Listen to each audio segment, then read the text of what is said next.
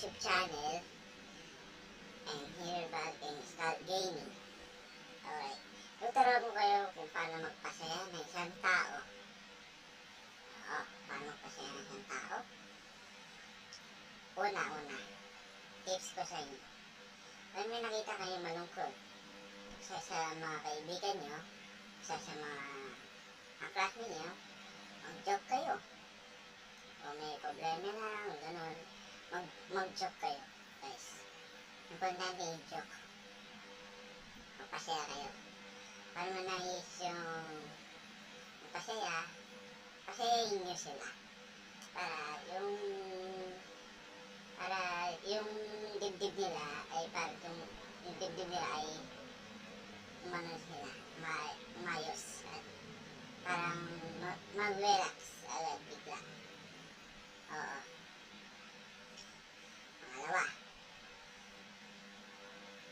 pag hindi pa din siya sumaya, bigyan niyo ng pagkain.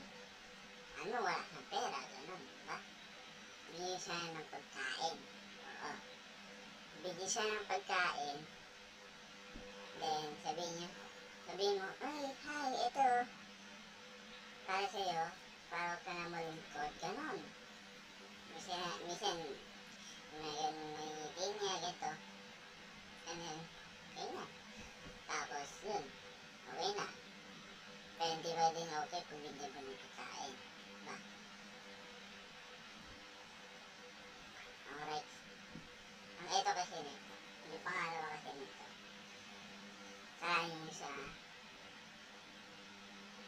kaya siya i-comfort kung bakit. At tayo kung anong problema. Yun.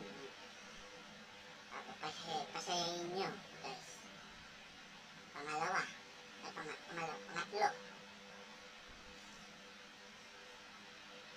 Mag-ano kayo?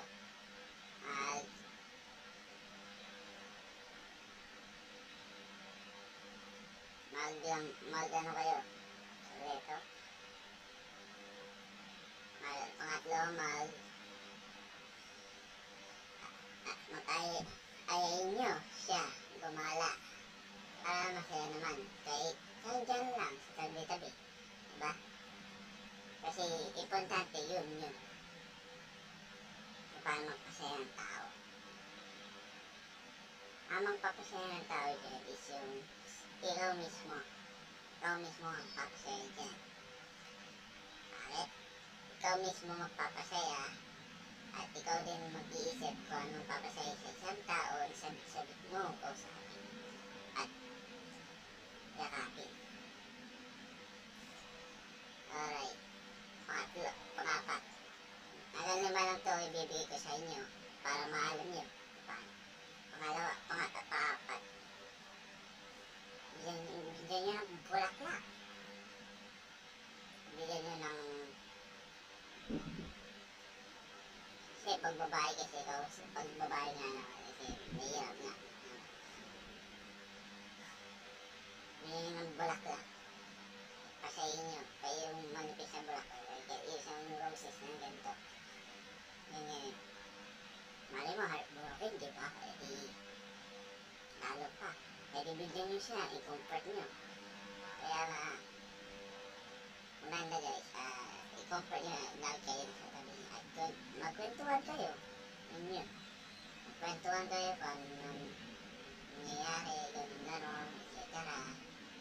Yun, guys. Panglima. Ito na yun.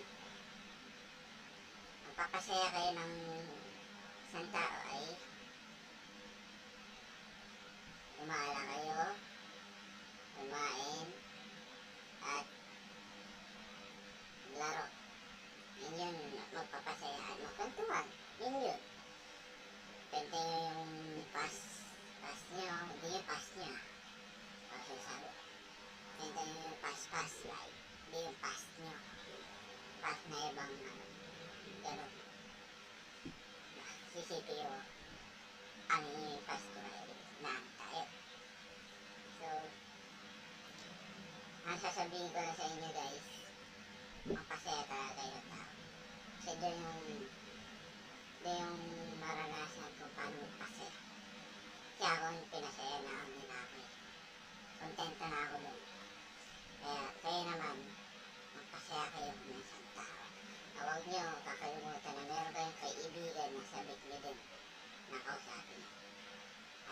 hindi sasaya yung isang kaibigan nyo. Bakit? Dahil nandyan para sa'yo. Dahil para sa inyo guys.